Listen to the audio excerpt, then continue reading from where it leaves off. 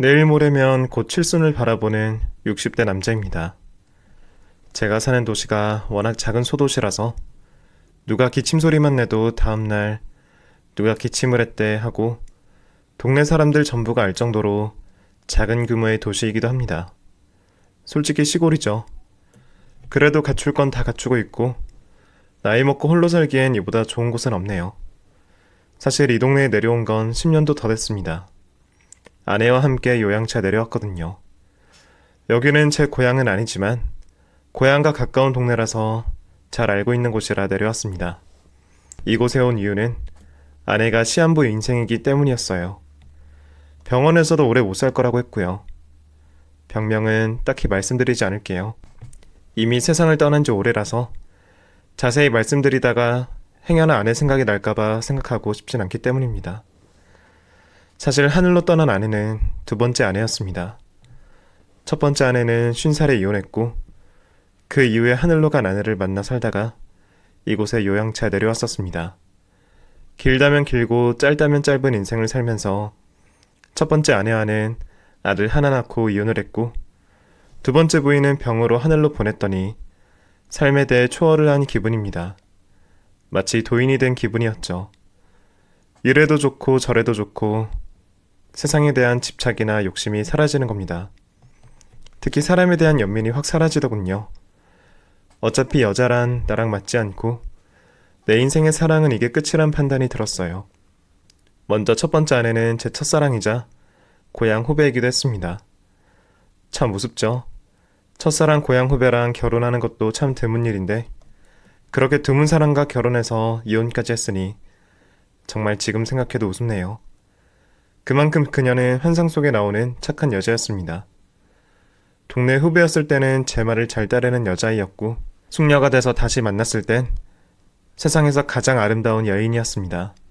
그리고 연인일 땐 저를 늘 생각해주고 현명하게 생각하는 현모양처였고요. 대신 한 가지 단점이 있다면 유독 외로움을 못 견디는 거였어요. 잘 때도 꼭 안아주거나 아니면 옆에 누가 있어야만 잠이 들었고 어딜 가도 혼자서는 못 가는 성격이었습니다. 처음에 깨가 쏟아질 땐 좋았죠. 1분 1초라도 함께 있고 싶었으니까요. 하지만 이것도 하루 이틀이죠. 저도 일이 있고 저도 친구가 필요하고 때론 혼자 있고 싶을 때도 있으니까요. 아내는 매번 저를 꼭 옆에 두고 싶어 했습니다. 잠시라도 떨어져 있으면 시시콜콜 저에 대해 물어볼 정도여서 나중에 머리에 쥐가 나더군요. 이 정도 이야기하면 아이고 보기 좋구만 뭘 그래 이렇게 말씀하실 수도 있지만 이거 안 당해본 사람은 모릅니다. 미쳐요. 게다가 아내가 저한테만 이런 게 아니에요. 조금만 외로우면 쪼르르륵 처가로 가서 지내고 조금만 심심하면 쪼르르륵 친구들 만나러 나갔습니다. 이러니 제가 더 신경 쓰이고 괜히 짜증도 더 났던 거죠. 그래서 하루는 아내에게 당신은 다른 사람 없으면 잠도 못 자고 다른 사람 없으면 시간을 못 보내? 그랬더니 아내가 어이없다는 듯이 저를 째려보면서 당신은 내 마음도 몰라요? 여자 마음도 모르냐고요? 참 기가 찰 노릇이죠. 아시다시피 80년대 중후반에 살림 살았어요. 그땐 진짜 남자들 세상이었죠. 월급 봉투만 가져다 줘도 가장 대접받으며 큰소리치며 살 때였습니다. 하지만 저는 그런 가부장적인 것이 싫었고 맞선도 아니고 연애로 결혼해서 아내를 더 가정적으로 대해주고 싶었습니다. 그래서 챙겨줬던 건데 이젠 도리어 화를 내니 저도 사람인지라 마음이 차츰 식어갔습니다. 그러다 보니 잦은 싸움도 있었죠. 그런데 제가 오죽했으면 아들까지 낳고 잘 살던 전처와 이혼을 했겠습니까? 가장 결정적인 이유가 있었어요. 일단 이혼한 전처는 항상 문제가 많았습니다. 매일 술을 마셨어요. 학창시절엔 그토록 순진했던 그녀가 서울에서 우연히 만나 연인이 되었고 결혼까지 했는데 저는 전처가 알코올 중독자인지 전혀 눈치를 못 챘습니다. 그거 아세요? 진짜 알코올 중독자는 술을 입에서 떼질 않는 게 아니라 늘 술을 생각한다는 겁니다. 무슨 드라마나 영화에서 나오는 것처럼 술을 벽나발로 불어대는 게 아니라 그냥 물 마시듯 홀짝거리고 커피 대신 한 잔 쭉 들이키는 겁니다. 물론 연애 때나 결혼 초창기 때까지 이 정도는 아니었어요. 아들 임신하고 출산 우울증을 좀 겪더니 그 이후에 제가 특허 등록한답시고 가정에 좀 등한시하는 동안 술독에 빠져서 지냈더군요. 심지어 낮에 물을 마시길래 저도 그게 물인 줄 알고 컵에 따라져 있는 걸 마셨는데 소주인 걸 알고 경악을 한 적이 있어요. 틈만 나면 홀짝홀짝 마셔대니 너무 놀라서 당신 이게 뭐야? 언제부터 이랬어? 하고 따지니까 처음엔 발뺌을 하고 그거 술이 아니라 약간 알코올성 있는 물이라는 둥 둘러대는 겁니다. 몇 번 다그치고 혼내기도 하고 화를 내기도 했더니 나중엔 불같이 화를 내며 외로워서 마셨다. 왜? 나 혼자 집에서 애 보는 게 힘들어서 술 좀 마셨다. 뭐 어쩔래? 내가 바람을 폈냐? 도박을 했냐? 집에서 혼자 술 마시는 것도 안 되냐? 이러면서 화를 내는데 정말 암담하더군요. 돌이켜보면 그때 술 마시는 걸 말리거나 아니면 어디 시설에 강제 입원을 시켜야 하는데 그놈의 정이 뭔지 그냥 좋아지려니 놔뒀던 것이 화근이 되고 말았네요. 외롭고 힘들어서 알코올 중독자가 됐다는 게 말이 됩니까? 그렇게 따지면 우리나라 전 국민 중 3분의 2는 다 알코올 중독이겠죠. 아내는 제가 자기를 알코올 중독자로 만들었고 저 때문에 술을 배웠다며 몰아세우더군요. 참으로 답답했습니다. 앞뒤 안 맞는 말로 저를 협박하고 겁박하는데 정말 더 어이가 없는 것은 장인 장모였어요. 장인은 저를 찾아오더니 제 뺨부터 후려치더군요. 그러면서 하는 말이 자네가 우리 딸을 어떻게 했길래 애가 술독에 빠져 살아, 어? 책임져. 그때만 해도 여자가 술 마시고 다니는 건 상상도 못할 일이고 게다가 한번 이혼하면 거의 인생이 끝나는 판국인지라 거의 시집살이 하면서 귀신이 될 각오로 살던 시절이었는데 오히려 장인어른은 당장 이혼해 이러면서 저를 겁박했습니다. 뺨도 맞았고 장인어른에게 수모도 당했지만 저는 이혼할 생각이 전혀 없었거든요. 어차피 우리 아들의 엄마이고 그건 병이니까 치료를 받으면 된다고 생각했기 때문에 아내를 어떻게든 잘 거슬러서 잘 살아볼 생각이었죠. 그런데 이걸 한 번에 뒤집는 일이 생기는데요. 바로 아내가 술도 술이지만 이미 저 몰래 바람을 한 번 폈었다는 겁니다. 정말 어처구니가 없었어요. 사실 제가 일 때문에 집에 많이 못 오고 가정에 소홀하니까 아내는 외롭다는 핑계로 술도 좀 마시고 소위 말하는 노는 아줌마들과 어울렸던 것 같습니다. 그때 카바레에서 어떤 제비 같은 놈을 만나서 이미 몸도 마음도 준 상태였는데 더 큰 문제는 이 제비에게 돈도 어느 정도 뺏긴 후더라고요. 물론 나중에 정신 차리고 제비랑 헤어졌다곤 하지만 제가 보기엔 너무 어처구니가 없는 겁니다. 이런 짓거리를 했으면 여보 미안해. 내가 잘못했어.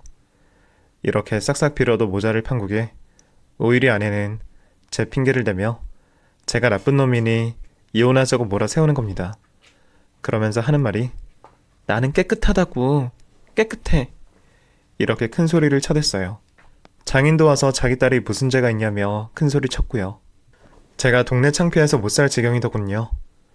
그래서 장인과 대판 싸우고 아내에게 집을 나가라고 소리치니까 아내가 갑자기 엉엉 울며 비는 겁니다. 여보, 내가 잘못했어. 내가 생각이 짧았어. 이러는데 정말 사람 환장하겠더군요. 아내는 술만 마시면 폭력적으로 변하거든요. 하지만 술기운이 빠지면 갑자기 사람이 약해지고 기운이 없어서 천상 착한 사람으로 돌아왔습니다. 정말 미쳐버리겠더군요. 그러더니 하루는 자기가 술을 마시지 못하게 아예 쇠사슬로 묶든지 아니면 골방에 가둬달라고 하더군요. 애 엄마를 어떻게 그렇게 할 수 있겠어요? 그래서 병원에 가라고 하면 그건 죽어도 싫다고 하고 저도 참 이것저것 안 해본 게 아닙니다. 여러분 같으면 이런 아내랑 살 수 있으신가요? 너무 답답해서 저도 한동안 방황을 했죠. 그 사이에 제 소식을 들은 친구가 이런 귀뜸을 해주더군요. 니네 와이프가 그러는 건 틀림없이 이유가 있을 거야. 너 돈 관리 잘해라. 요새 여자들 중에 이혼 핑계대고 이상한 누명 씌워서 위자료 빼먹는 여자도 있다고 하더라. 그때만 해도 그 말 듣고 말도 안 된다고 생각했습니다. 그래도 사랑했던 사이인데 무슨 사건 사고를 만들어서 이혼까지 할 정도겠나 이런 생각이 들었죠. 근데 그 일이 실제로 현실로 일어난 겁니다. 그날도 아내는 술판을 벌였는지 집에 또 빈 캔들이 나뒹구길래 저도 모르게 화를 내고 캔을 잡아서 다 엎어버렸습니다. 그랬더니 아내가 저를 폭행범으로 신고를 했습니다. 경찰이 와서 인사불성의 횡설수설하는 아내 말을 들으며 저에게 신고자가 아내분이고 너무 취해서 신고 접수가 안 될 정도인데 두 분이 웬만히 합의하시죠? 에? 이럴 정도였어요. 하지만 제가 미칠 것 같아서 그냥 저를 잡아가 달라고 했습니다. 집안 구석에 그녀랑 있는 게 너무 싫어서 저도 모르게 욱하면서 그런 말을 해버린 거죠. 아들은 울고불고 아내는 횡설수설하면서 저놈이 날 때렸어 이런 소리나 하고, 물론 경찰은 신고도 들어왔고 제가 때렸다고 자백을 하니 경찰서로 연행한다고 찜찜한 표정으로 말은 하는데 아들이 증인이라며 중간에 가로막아서 그냥 해프닝 정도로 일단락됐지만 그때 이혼을 해야겠다고 결심을 했습니다. 전후 사정 모르는 장인이랑 장모는 제가 진짜로 자기 딸을 때린 줄 알고 위자료 내놓으라고 소리소리치고 저는 양육권만 가져오는 조건으로 위자료 주고 아내랑 이혼을 했습니다. 그 이유는 정말 상상도 하기 싫을 정도네요. 전처와 이혼하고 난 후 아들도 좀 삐뚤어지고 저도 아들 키우랴 엄마랴 바쁘게 살았습니다. 이래저래 실수도 하고 뜻하지 않게 남에게 피해를 끼치기도 했고요. 어느새 정신을 차려보니 60을 바라보는 나이였고 두 번째 결혼을 하게 됐죠. 솔직히 재혼한 그녀를 많이 이야기하고 싶진 않습니다. 너무나 사랑스럽고 너무 좋은 추억만 많기 때문입니다. 그녀의 투병 이야기도 자세히 쓰고 싶지 않기도 하고요. 그걸 생각하면 제 마음이 너무 고통스럽기 때문입니다. 처음엔 방황하던 아들도 제가 재혼한다는 말에 펄쩍 뛰더니 나중에 새엄마의 진심을 알고 진짜 엄마처럼 대하기 시작하더군요. 그러면서 정신 차리고 공부하더니 지금은 경찰이 됐습니다. 아내는 재테크에도 머리가 밝았어요. 제가 모은 돈을 불릴 줄 아는 여자였죠. 늘 은혜만 입었네요. 그녀를 생각하면 또 눈물이 나올 것 같습니다. 사실 늦은 나이에 만나 서로를 위하려는 마음 하나만 믿고 합친 거라 그녀는 저에게 받으려는 것보단 많은 걸 베푼 여자였고 또 상처받은 제 마음을 위로해주려고 노력한 여자였습니다. 그래서 점점 병세가 더 기울어져 갈 때 제 고향 근처에 있는 이곳에서 여생이라도 편하게 보내게 해주려고 내려왔던 거고요. 그나마 좋은 공기 맡으며 더 오래 산 거라고 저는 믿습니다. 할 말은 많지만 이쯤에서 줄이고요. 어쨌든 한이 많은 결혼 생활에 대해 자세히 말씀을 드려야 할 것 같으니 이혼한 아내는 전 부인이라고 하고 재혼했지만 사별한 아내를 그냥 부인이라고 표현하겠습니다. 어쨌든 이혼 한 번에 사별까지 해서 사실 큰 의욕 없이 이 시골에 눌러앉아서 살고 있는 사람입니다. 뭘로 먹고 사냐고요? 다행히 젊을 적에 벌어놓은 돈이 있고 제 이름으로 등록된 특허 같은 것이 있어서 그걸로 저 혼자 먹고 사는 데는 아무런 문제가 없습니다. 게다가 사별한 부인이 재테크에 좀 밝은 편이라서 땅을 좀 사둔 게 많이 오른 터라 다행히 먹고 사는데 지장은 없어요. 전 부인 사이에 아들 하나 있는데 이미 장가가서 경찰 공무원으로 일하고 있는 터라 자식 농사로 걱정할 필요도 없고요. 한마디로 말해 삶이 큰 걱정은 없습니다만 오히려 이러니 더 의욕이 없더라고요. 그래서 일부러 더 마을 일에 매달렸어요. 딱히 할 일도 없고 만날 사람도 없으니 마을 사람들에게 더 친절하게 내 일처럼 잘해줬더니 이래저래 신망도 얻게 돼서 일석이조였습니다. 게다가 한 동네에서 10년 넘게 살았으니 이 동네 소식은 제 손바닥 보듯이 잘 알고 있죠. 말 그대로 토박이이자 한 다리만 건너면 다 알 정도라고 보시면 될 것 같아요.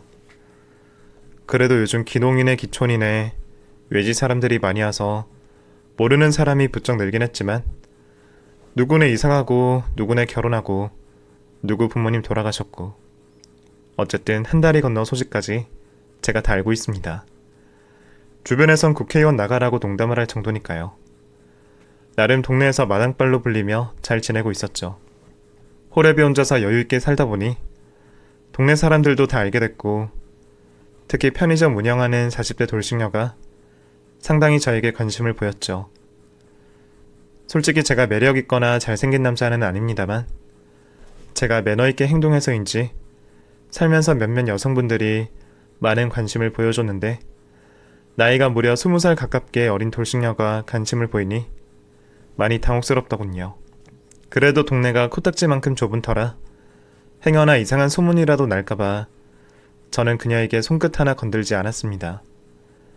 괜히 말을 섞으면 이상하게 소문날까봐 오히려 편의점 2번 갈 걸 한 번만 가거나 아예 안 가고 더 먼 곳에 있는 편의점으로 갈 정도였으니까요. 그러다가 우연히 동네에서 돌싱녀를 만나면 삐죽삐죽거리면서 편의점 와서 생수라도 좀 받아가세요. 제가 따로 챙겨드리려고 이번에 생수랑 몇몇 생필품이랑 모아놨는데. 괜찮아요. 저도 돈 있고 그런 거 집에 다 있습니다. 남자 혼자 살면 뻔하죠 뭐. 제가 가서 살림한다는 것도 아닌데 뭘 그러세요. 그냥 물이에요 물. 남는 거 가져가시면 돼요. 이러면서 들이대는데 곤란한 적이 한두 번이 아니었거든요.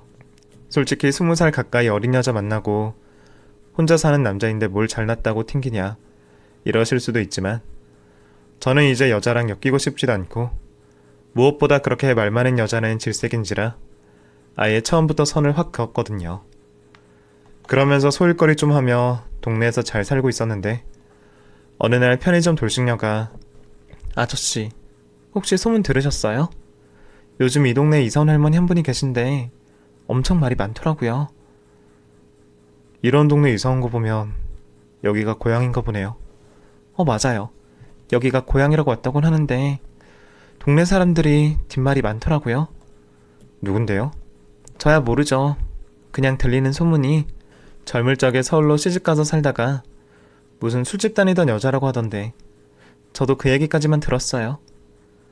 저는 뭘 시덥지 않은 이야기하는 편의점 여자가 못 믿어서 얼른 자리를 피하긴 했는데 은근히 신경 쓰이더군요.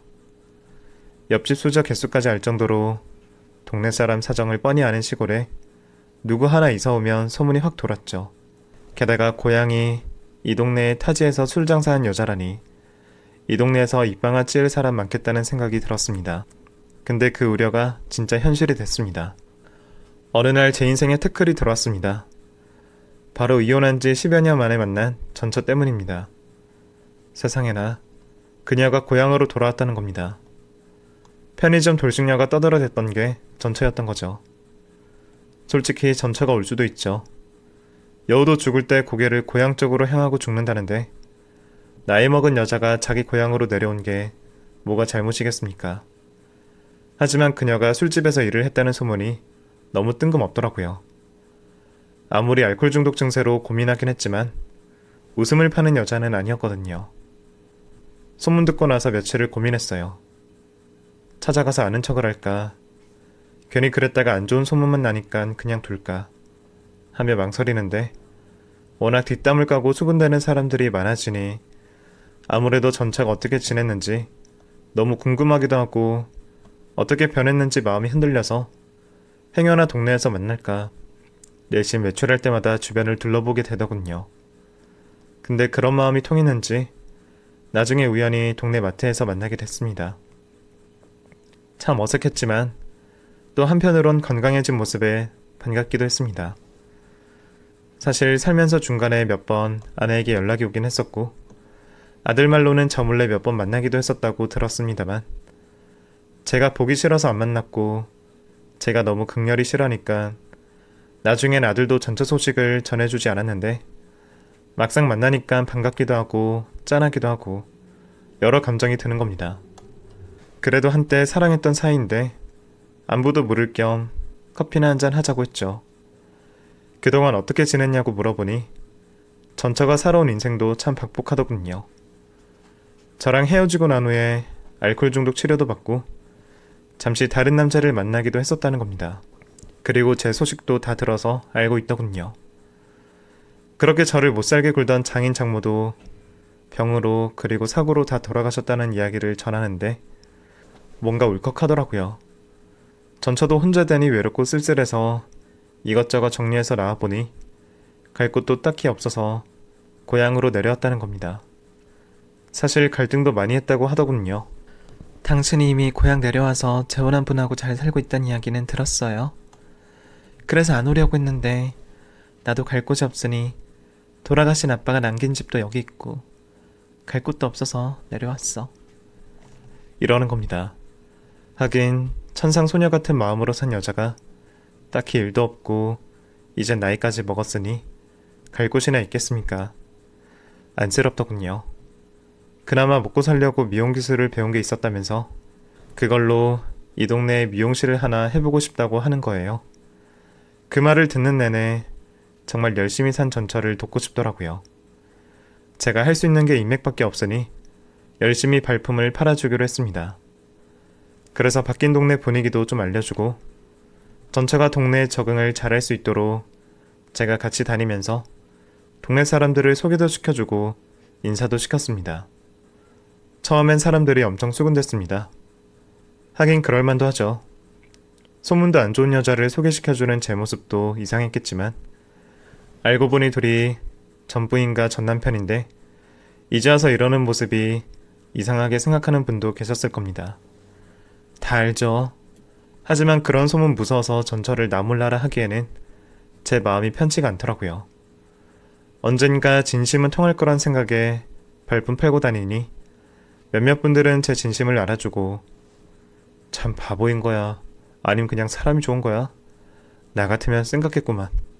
어떻게 전처 밥그릇까지 챙겨주려고 이 고생을 해? 이러면서 저를 돕기도 했습니다. 조금은 형편이 나아지니 분위기 봐서 전처에게 슬쩍 물었습니다. 근데 처음에 소문이 이상하게 났던데 그거 소문 진짜야? 자연스럽게 아내의 과거 행보를 물었죠. 물론 제 기억에는 아내가 웃음을 팔고 다닐 시간이 전혀 없었거든요. 근데 아내 역시 제 말에 깔깔대며 당신도 참 제가 그럴 사람으로 보여요? 병원에서 알코올 중독 치료 받기도 바빴는데 언제 그런 짓을 하고 다녀요? 이러는 거예요. 그 말이 참 안심이 되더군요. 지금 내가 하고 다니는 짓이 결코 헛된 짓은 아니구나. 그리고 아들에게 떳떳한 엄마로구나. 이런 안도감이 밀려왔습니다. 어쨌든 아내에 대한 평판도 좋아지고 이래저래 아는 사람 도움을 받아서 동네 외곽이긴 했지만 빈 가게를 하나 소개받게 됐습니다. 전처는 가격도 저렴하고 오히려 너무 번화가가 아니라서 기존 미용실과 경쟁하지 않아도 된다며 기뻐하더군요. 하긴 시골 텃세도 만만치 않은 터라 그게 나을 수도 있다고 말해줬죠. 너무 외곽이라 섭섭해할 만도 한데 오히려 긍정적으로 생각하는 전처가 고마웠어요. 그렇게 미용실을 오픈할 수 있었습니다. 오픈식 날 전처는 제 손을 잡고 너무 고맙다며 펑펑 울더군요. 미용실 한켠에서 전처랑 오랜만에 둘이 마시는 맥주가 그렇게 시원하고 맛있을 수가 없었어요. 전처와 저도 시원한 맥주처럼 시원하게 우정을 나누며 보낼 줄 알았는데 그게 저의 큰 착각이라는 걸 깨닫는 데는 시간이 오래 걸리지 않았습니다. 미용실 오픈하고 몇 달이 지났을까 동네에 이상한 소문이 도는 겁니다. 동네 남자들이 자꾸 전처의 미용실을 드나든다는 소문이었습니다. 처음엔 그 말을 듣고 머리를 잘 깎으니까 그러겠지 라고 생각했죠. 근데 전처의 매상도 올려줄 겸 몇 번 가봤지만 전처의 미용 솜씨가 그렇게 좋은 편은 아니었거든요. 그러니 몇 달 사이에 솜씨가 급하게 좋아질 리는 없었습니다. 게다가 왜 하필 남자들이 자주 들락거린다는 소문이 생긴 건지 의아하더군요. 그래서 전처 가게를 찾아가 봤습니다. 그냥 평범한 미용실 분위기였고 안쪽엔 전처가 숙식을 하는 주방과 작은 방 하나가 있었고요. 그리고 냉장고에 맥주가 좀 있긴 했는데 날이 더워서 밤에 홀짝홀짝 마신다고 하더군요. 누구나 다 그렇게 사니까 별 의심을 안 했습니다. 대신 맥주는 좀 치우면서 이거 괜히 불안한데? 이러니까 전처가 이젠 다 나았어요. 그냥 더우니까 둔 거고 옛날처럼 절제력 없이 마시는 거 아니에요. 이러길래 믿었죠. 잘 지내냐, 손님은 많이 오냐, 형식적인 얘기를 주고받곤 집으로 돌아왔습니다. 동네 여자들이 전처를 질투해서 헛소문을 퍼뜨리나 보다 이렇게 생각을 하고 편한 마음으로 TV를 보고 있는데 마침 동네에서 친하게 지내는 동생에게 전화가 와서 술 한잔 하자고 하더군요. 마침 다음날 일도 없고 해서 가벼운 마음으로 동네 대포집에 가서 맥주 한잔 하고 있는데 후배가 뜬금없이 이런 말을 하는 겁니다. 형님, 요새 그 소문 들으셨어요? 뭔데? 그 형님, 예전 형수님 댁에서 요즘 이상한 소문이 들리던데. 뭔 소리야? 거기서 남정네들이 꽤 왔다 갔다 한대요. 그 말을 듣는 순간 머리카락이 쭈뼛하더군요. 사실 아내가 정숙한 여자인 건 100% 틀림없습니다만 그래도 술 마시고 인사불성이 돼서 한때 제비족하고 그렇고 그런 사이였고 물론 나중에 아내가 속았다는 걸 알았지만 그래도 느낌이 이상한지라 아무래도 안 되겠다 싶더라고요. 그래서 동네 후배에게 그 미용실에 들어갔다 와줄 수 있냐고 부탁한 후에 같이 후배랑 전처의 미용실로 갔습니다. 후배도 저를 돕겠다며 손님인 듯 미용실 안으로 들어갔어요. 그래서 남편 뒤를 밟았죠. 순간 온갖 잡생각이 다 들기 시작하더군요. 혹시나 미용실 안에서 이상한 남자라도 나오면 어떡하나. 하긴 이제 내 여자도 아닌데 그게 무슨 상관인가. 별의별 생각이 드는 겁니다. 근데 조금 있다가 후배가 웃으면서 미용실에서 나오는 겁니다. 도대체 안에서 뭔 일이 있냐고 물어보니 별건 아니고요. 소문이 반은 맞고 반은 틀리네요. 이러는 겁니다. 무슨 말이냐고 했더니 낮에는 미용실하고 밤에 동네 아저씨 몇 분이랑 아줌마들이 모여서 고스톱 치고 있었다는 겁니다. 한마디로 말해 어느 동네에나 있는 사랑방 같은 거였어요. 전첫 딴에는 동네 사람들하고 친해지려고 하다 보니까 미용실 문 닫고 몇몇 사람들 오라고 해서 맥주도 좀 대접하고 고스톱 치라고 판 깔아준 거였는데 몇몇 사람들이 그 장면을 오해하곤 남정네가 드나든다고 생각한 거였죠. 이걸 다행이라고 해야 할지 아니 뭔가 좀 잘하라고 당부를 해야 할지 참 헛웃음만 나오는 겁니다. 사실 제가 그런 말 할 자격도 없는데 참으로 습관이란 무서운 게 나중에 전처를 만났을 때 저도 모르게 미용실에서 고스톱판 버리지 말라고 주의를 주게 됐습니다. 전처는 그게 무슨 죄냐며 그런 이상한 눈으로 보지 말라며 화를 내더니 당신은 집안에서 혼자 술 마시고 있다면서요. 동네에 소문 다 났어요. 뭐 잘났다고 그렇게 고상한 척해요? 차라리 동네 사람들하고 이렇게 어울리니까 저는 금방 친해졌거든요. 나는 내 방식대로 사는 거니까 잔소리 좀 그만하세요. 이러는 겁니다.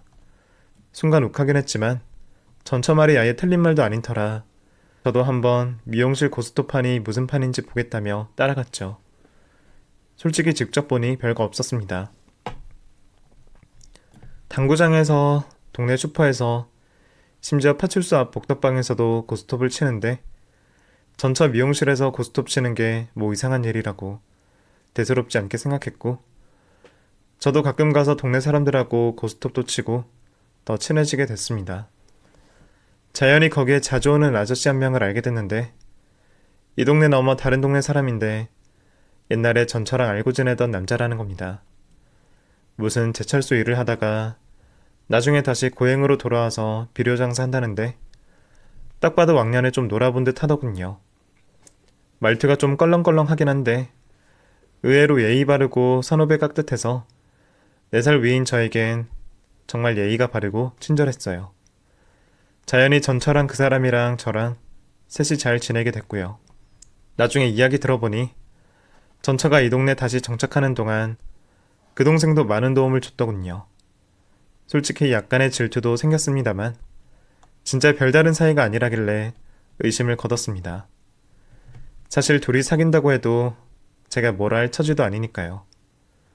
그렇게 고스톱 사건은 마무리되는 줄 알고 다시 일상처럼 보내고 있는데 몇 주 후에 미용실 앞에서 동네 아줌마와 전처가 머리끄댕이를 잡고 싸웠다는 겁니다. 왜 그런가 알아보니 아줌마 남편이랑 전처랑 미용실 안방에서 부적절한 관계를 맺으려다가 현장을 들켰다는 거예요. 전처는 부적절한 관계를 맺은 적 없고 맞고를 치고 있었다고 이야기를 했지만 누구 하나 믿어주는 사람이 없었죠. 그 말을 듣는 순간 저도 머리가 띵해지는 겁니다. 지금까지 전처가 쇼한 게 아닐까 의심이 들더군요. 어쨌든 물증이 나오니까 배신감이 들더군요. 하지만 전처는 절대 그런 일 없다며 무고죄를 어쩌고 저쩌고 해서 억울해하더니 내 아들이 경찰이야. 당신 잘잘못은 우리 아들 앞에 가서 따지라고. 하며 소리소리 치는 겁니다. 제가 다 얼굴이 화끈거리더군요. 굳이 이럴 때 아들을 왜 들먹이는지 자식 있는 부모라면 제 심정 이해하실 겁니다. 몇십 년 만에 나타나서 동네에 분탕질을 해도 유분수지 제일 나서서 가장 많이 도움을 준 저에게 이런 식으로 엿을 먹이나 도저히 용서를 할 수가 없겠더라고요. 근데 나중에 전처는 정말 미안하다며 가게 보증금 받으면 그냥 고향을 떼겠다며 용서를 구했습니다. 하지만 이미 눈이 뒤집힌 저에게 그런 말은 귀에 들어오질 않았습니다. 그래도 이건 아닌 듯해서 언젠간 진실은 밝혀질 테니까 떠나지 말고 괜히 이 집 고스톱판 버리지 마 하며 선을 그었죠. 그런데 그때 미용실에서 만난 후배에게 연락이 와서 술 한잔 하자고 하는 겁니다. 저도 속상한 마음에 그 후배랑 술 한잔하며 이런저런 이야기를 나누는데 그 후배가 하는 말이 형님이랑 동생이랑 옛날에 부부 사이인 건 잘 알고 있고 헤어졌으니 남남이란 것도 잘 알지만 그래도 전처가 저렇게 억울하게 사는 게 안타깝지도 않으시오? 에? 나 같으면 돈 좀 보태서 잘 살라고 해줄 것 같은데 이러는 겁니다. 저도 그러고 싶지만 돈이 없다고 했더니 그 후배가 계속 뭐가 돈이 없냐며 소문 다 났다고 자꾸 제 신경을 건드는 겁니다. 그래서 저도 술김에 지금 웬만한 재산은 다 부동산으로 묶여있고 특허권도 이거 함부로 양도 못해서 내가 죽고 나서 그걸 지정한 사람에게 넘어간다는 이야기를 전해줬죠. 그랬더니 후배가 갑자기 한숨을 푹 쉬더니 아휴 미용실 동생은 어디 가서 도움도 못 받겠네. 안 됐네. 이러면서 가는 겁니다. 저도 당장 도움을 못 주니 미안하더라고요. 그리고 그 일도 지난 후에 어느 날 미용실 동생이 식사 대접하겠다며 미용실 오라고 하는 겁니다. 마음 편히 갔더니 카레를 만들어주길래 밥 먹고 이런저런 이야기를 하며 앞으로 전처 계획을 듣는데 엄청 졸립더군요. 요즘 나이 먹어서 그런가 생각에 어떻게든 집에 가서 자려고 했는데도 너무 졸려서 저도 모르게 미용실에 잠이 들었습니다. 그리고 눈을 떠보니 새벽인데 이미 제 옆엔 전처가 누워있는 겁니다. 그러면서 자기 깼어요? 옛날 생각나고 좋네요. 이러더군요. 이게 무슨 일인가 싶어서 너무 놀랬죠. 전처는 옛날부터 옆에서 있으면 좋았다는 둥, 오랜만이라는 둥 하는데 너무 놀랐고 이미 일은 엎질러져서 황급히 미용실을 나왔습니다. 그리고 그날 뜬 눈으로 밤을 새며 내가 왜 그랬을까 별의별 생각이 다 드는데 다음날 청천벽력 같은 이야기를 전처가 하는 거예요. 오빠, 주시기로 한 돈이랑 물건 지금 받으러 가면 돼요? 이러는 겁니다. 이게 무슨 소린가 싶어서 통화를 하니 어제 제가 전처에게 현금 있는 거 다 주겠다고 했다는 겁니다. 그게 자그마치 1,000만 원이라는 거예요. 귀신 같더군요. 제가 통장에 여유 자금으로 딱 1,000만 원 갖고 있었거든요. 그걸 제가 주겠다고 했다는 겁니다. 저는 기억을 아무리 더듬어 봐도 없거든요. 귀신이 고칼 노릇인데 전처는 그거 주기로 했는데 갑자기 마음 바뀐 거냐며 펑펑 우는 겁니다. 근데 순간 예전에 TV에 봤던 이런 꽃뱀 사기가 생각이 나는 겁니다. 그래서 인터넷 검색도 해보고 여러 가지 방법을 강구해서 아무래도 안 되겠다 싶어 동네 후배에게 SOS를 부탁했습니다. 후배도 제 얘기를 듣고는 형님, 혹시 모르니 녹음을 해두세요. 어제 일은 기억 안 나니까 오늘 만나서 다시 진지하게 이야기하자면서 다시 만나서 녹음을 확실히 하세요. 이러는 겁니다. 알았다고 하고 전처에게 다시 만나서 정확하게 말하자고 했죠. 그래서 그날 다시 미용실에 가서 어제 무슨 일이 있었냐고 말했더니 전처는 제가 먼저 사랑을 속삭였다는 둥 기억에도 없는 소설을 마구 쓰기 시작하는 겁니다. 저는 기억이 안 나니 오늘 지금 이 순간부터 이야기하는 건 제가 다 기억할 테니까 어제 있었던 일부터 돈 이야기까지 다 말하자고 했죠. 그러면서 휴대전화 녹음기를 몰래 켰습니다. 전처 계획이 확실하면 돈 1,000만 원은 그냥 빌려주겠다고 했습니다. 그랬더니 전처는 웃으면서 알았으니 맥주나 한잔하며 차근차근 말하자고 하더군요.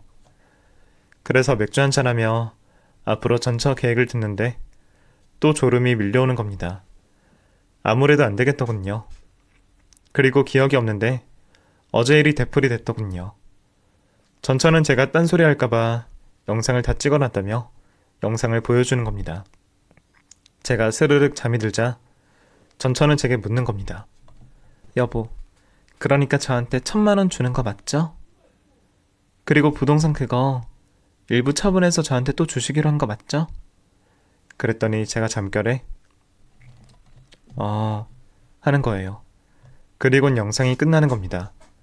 전처는 그걸 보여주면서 당신이 1,000만 원 주기로 했고 나는 땅 주기로 했으니까 서류로 꾸며서 증거로 남길게요.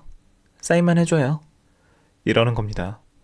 너무 놀래서 일단 딱 하루만 시간을 달라 하고 집으로 와서 제 핸드폰 녹음 내용을 들어봤습니다.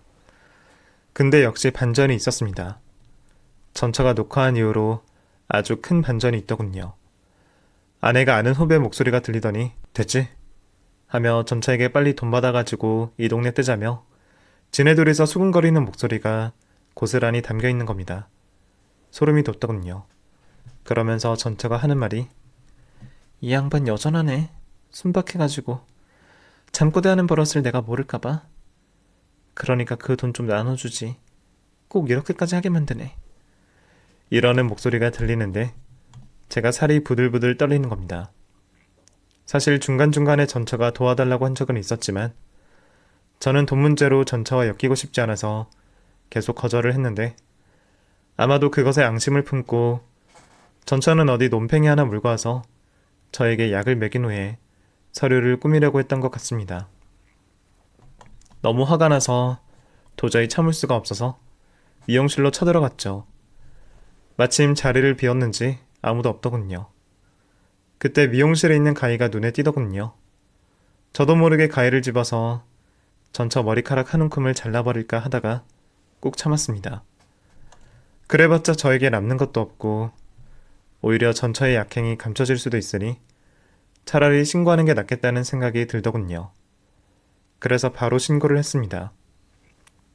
그리고 나중에 아들이 알 수도 있으니 아들에게도 이야기를 했습니다. 아들은 한숨을 푹 쉬면서 어머니, 참 어쩔 수 없네요. 이러는 겁니다. 하긴 아들 입장에선 마음이 얼마나 심란하겠습니까? 하지만 이런 걸 전하는 제 마음은 썩어 문드러지죠. 그런데 신고 후에 아내가 냄새를 맡았는지 미용실에 나타나질 않았다는 거예요. 대신 전처 미용실에 간 동네 남자들 몇몇은 아주 호되게 혼났다고 합니다. 그게 알고 보니 무슨 병에 걸려서 혼났다고 하더군요. 그 소식도 동네에 싹 돌아서 아주 유명한 일화가 돼버렸습니다. 물론 모두들 술만 마셨다고 하는데 설령 진짜라고 해도 그게 용서받을 수 있는 일은 아니잖아요. 그리고 뻔하고요. 오히려 아무렇지도 않은 제가 선을 넘지 않았다는 게 증명된 거죠. 어찌 보면 아내의 이상한 소문, 그러니까 타지에서 웃음을 팔았다는 게 진짜가 아닐까 생각이 들어요. 그래서 어떻게든 과거를 이야기 안 하려고 아내가 제 앞에서 자꾸 주제를 지었던 것 같아서 더욱더 합리적인 의심도 가고요. 이미 경찰에 신고 들어갔건만 전처와 그 미용실 후배놈은 사라지고 없습니다. 그 이후 전처는 동네를 떠나 어디서 뭘 먹고 살고 있는지 알 수는 없습니다. 솔직히 알고 싶지도 않고요. 사연을 전하면서도 괜히 분하고 열이 납니다. 사람이 좋아서 열심히 살았는데 이젠 사람이 싫어져서 고향을 떠나고 싶네요. 전처 덕분에 하늘에 있는 아내의 모습에 먹칠한 것 같아서 미안해집니다. 그래도 여기서 아내 묘를 지키며 살고 싶었는데 동네에 저에 대한 소문이 전처 뒤를 봐주는 거 아니야? 라고 소문이 나서요. 괜히 전처 살림살이 할 수 있게 나섰다가 저만 된통당한 거죠. 언젠간 다시 고향으로 돌아오겠지만 마음의 병이 낫기 전까진 아들 집에 있으면서 마음을 다스려야겠네요. 솔직히 글을 쓰면서 많은 부분을 좀 줄이긴 했습니다. 이런 이야기를 하는 게 하늘에 있는 아내에게 미안해서요. 어쩌면 아내는 하늘에서 내려다보면서 제가 이러는 걸 말렸겠죠. 괜히 사람 좋은 척 했다가 된통 당하는 걸 안쓰러워 할 겁니다. 하지만 제가 분해서 도저히 이야기를 안 하곤 못 빼기겠더라고요. 어쨌든 어서 빨리 전처가 잡혀서 동네 사람들에게 제 억울함이 해소됐으면 좋겠습니다. 그냥 도와주려는 뜻이었는데 이젠 아내를 보지도 못하니 억울하고 눈물만 납니다. 사연 들어주셔서 감사합니다.